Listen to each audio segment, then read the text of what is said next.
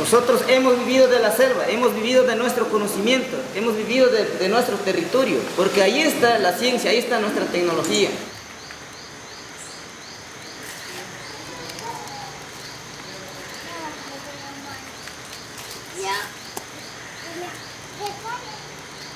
Nuestras vidas, nuestras tierras, nuestras últimas reservas están en amenaza universal.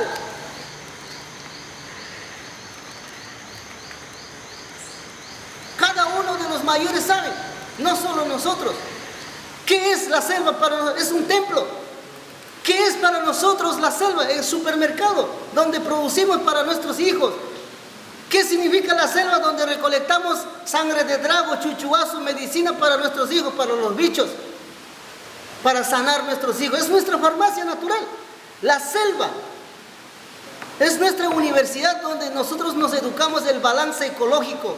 Decimos no, destruir nuestras tierras.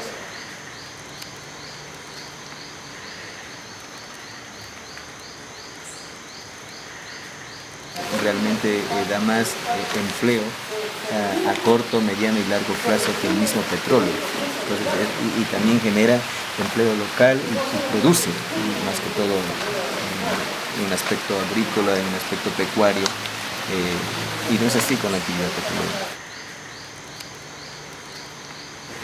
Por cada un empleo que genera el petróleo, ahora el turismo genera 7 empleos, 7 veces más que el petróleo, ahora. Con el poco turismo que tenemos, ¿genera empleo el petróleo o no? Y la respuesta es muy poquito.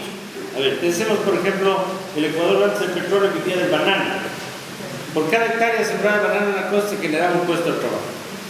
Había 200.000 hectáreas, en ese tiempo había 200.000 puestos de trabajo, todo el año. ¿El petróleo genera puestos de trabajo? No, genera muy pocos puestos de trabajo. Menos del 1% de los ecuatorianos trabaja en el petróleo, menos del 1%, 0.5%. La pregunta es, ¿cuál es la ganancia del petróleo? Porque si el petróleo mejorara las condiciones de vida, el agua estaría mucho mejor que el Puyo. Pero si comparamos, resulta que el Puyo está mucho mejor que el agua.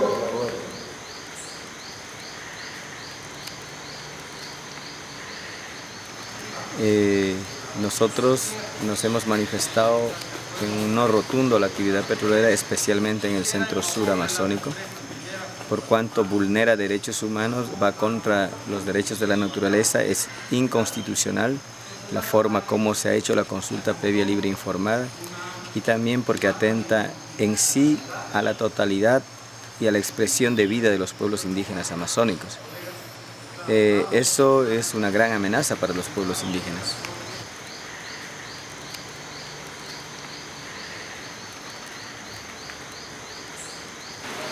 ¿Qué hemos planteado? La sede de juegos tradicionales, unir gastronomía, el arte, la danza, la música al gabinete del Estado ecuatoriano, pero jamás, ni por diplomacia, han contestado.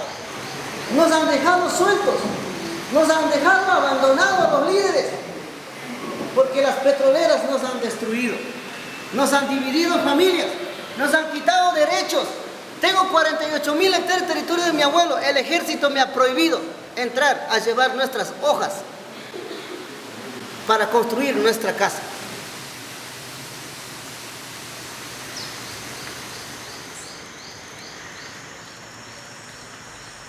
Si alguien se pregunta cuál es la riqueza más grande del Ecuador, probablemente no vamos a pensar en el petróleo, por una razón muy sencilla. El petróleo es un recurso no renovable. ¿Qué quiere decir eso?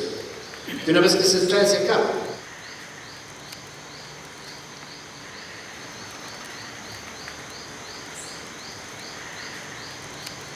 El petróleo para nosotros es muerte, porque es un derrame de petróleo, una base oleoducto que pasa por nuestro territorio y es una base, es una muerte, es un límite o es una frontera de muerte o a la vida. Entonces, y en cambio la selva hemos vivido desde muchos años con los recursos que existen. Entonces para nosotros la selva es vida. La tierra tiene que estar fértil para producir muchos productos para la soberanía alimentaria de nuestros hijos. Por eso vamos a cuidar nuestra naturaleza, la selva y los ríos, compañeros.